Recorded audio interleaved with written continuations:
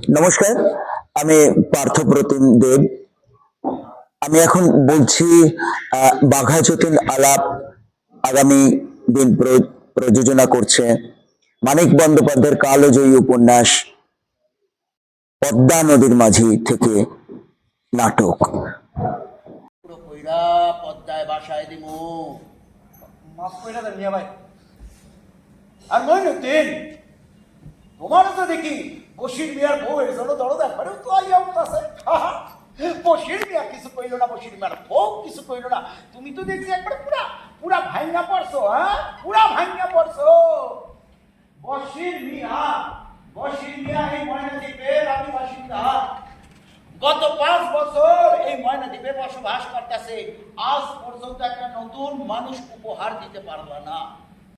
বাঘা যতীন আলাপ প্রতিষ্ঠিত হয় 2005 সালের 15ই ফেব্রুয়ারি। সেখান থেকে আমরা প্রথমে নাটকের গান দিয়ে এই দলটাকে শুরু করেছিলাম। তারপরে মহাভোজ, গয়নার বাক্স, সাগিনা মাহাতো, কীর্তন খোলা, সম্পর্ক ইত্যাদি, আগুন গত বছর করেছি ইত্যাদি নানান রকমের নাটক করতে করতে করতে করতে হঠাৎ করেই পদ্মা নদী মাঝি করতে ইচ্ছে করলো।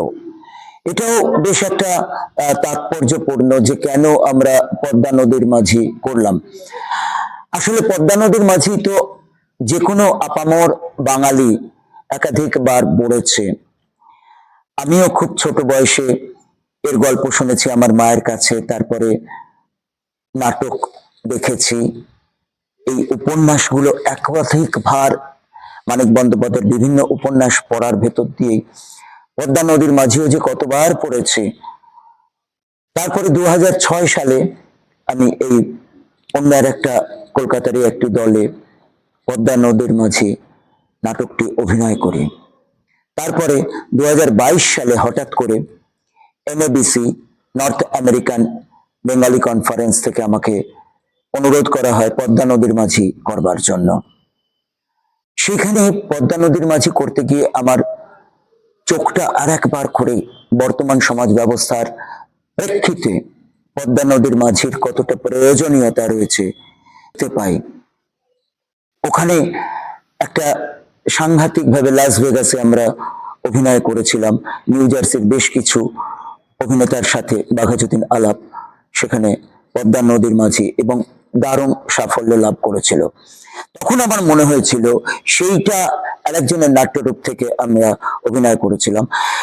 আমার কাছে অতটা মনে হচ্ছিল না যে এই সময় উপযোগী কথা বলছে, ওটা উপন্যাসটাকে জাস্ট একটা প্রেজেন্ট করা। আমি তখন ফিরে এসে শুরু করলাম এটাকে নতুন ভাবে ভাবনা চিন্তা করতে করতে। তারপরে এইটা উপন্যাস হিসাবে একটা বই, নাটকের বই, উপন্যাস থেকে নাটকের বই হিসেবে বেরোলো।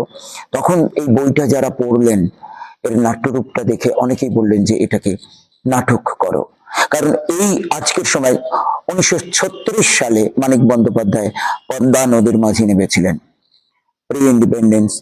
আর আজকে এত বছর বাদে পদ্মা নদীর মাঝি যেন মনে হচ্ছে বাঙালির বিশেষভাবে উপযোগী, এখনকার কথা বলে। আর আমার নাটক সবসময় একটু বিনোদনমূলক হয়, সমাজের কথা বলে, ইতিহাসের কথা বলে, আগামী দিনের কথা বলে, মানুষের কথা বলে, সমাজ ব্যবস্থার কথা বলে, রাজনৈতিক কথা বলে, অর্থনৈতিক কথা বলে, তার সঙ্গে সঙ্গে বলে বিনোদন। মানুষ তো আগে বিনোদিত হতে চায়। সেই জন্য এই আজকের যে পদ্মা নদীর মাঝি আমরা অভিনয় করতে যাব, এই যে তার সাজ সজ্জা সমস্ত সম্পূর্ণ হয়ে গেছে, আমাকেও দেখে বোঝা যাচ্ছে যে আমি এই রূপের মানুষ নই, রূপ নিয়েছি চরিত্রকে ফোটাবার জন্য। তো সেটা করতে গিয়ে প্রচুর গান, প্রচুর গানের ব্যবহার রয়েছে, প্রায় 18টা বাংলা ফোক, যার অধিকাংশই আমার লেখা, আমার সুর করা গানগুলো সবই আমার সুর করা। কয়েকটি গান আমরা নিয়েছি প্রচলিত, এবং এই গানের বেশ কয়েকটা কথা আমরা খুব পদকার বাংলা সাহিত্যের যারা আজ 100 বছর ধরে পদকর্তা রয়েছেন তাদের থেকেও আমরা ধার করেছি। সুরটা আমার। এখানে আমরা প্রায় মঞ্চে অভিনয় করছি 23 জন, এছাড়া সামনে পিছনে সব মিলিয়ে প্রায় 40 এখানে উপস্থিতি রয়েছে।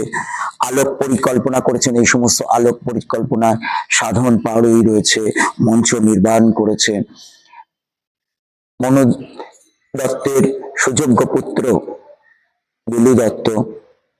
এছাড়া আমাকে সাহায্য করেছে এই নাটকটা নির্দেশনার কাজে আমারই পুত্র রূপ দেব।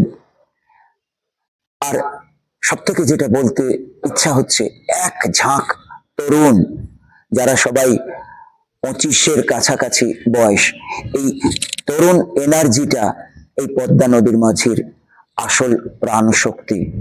আপনাদের সকলের কাছে আমার বিনীত অনুরোধ, পদ্মা নদীর মাঝি দেখুন, সমৃদ্ধ হবেন, আনন্দিত হবেন, খুশি মনে বাড়ি ফিরবেন, এই গ্যারেন্টি দিচ্ছি। সুতরাং আসুন, পদ্মা নদীর মাঝি দেখুন এবং অন্যকে দেখতে বলুন। সবাই খুব ভালো থাকবেন।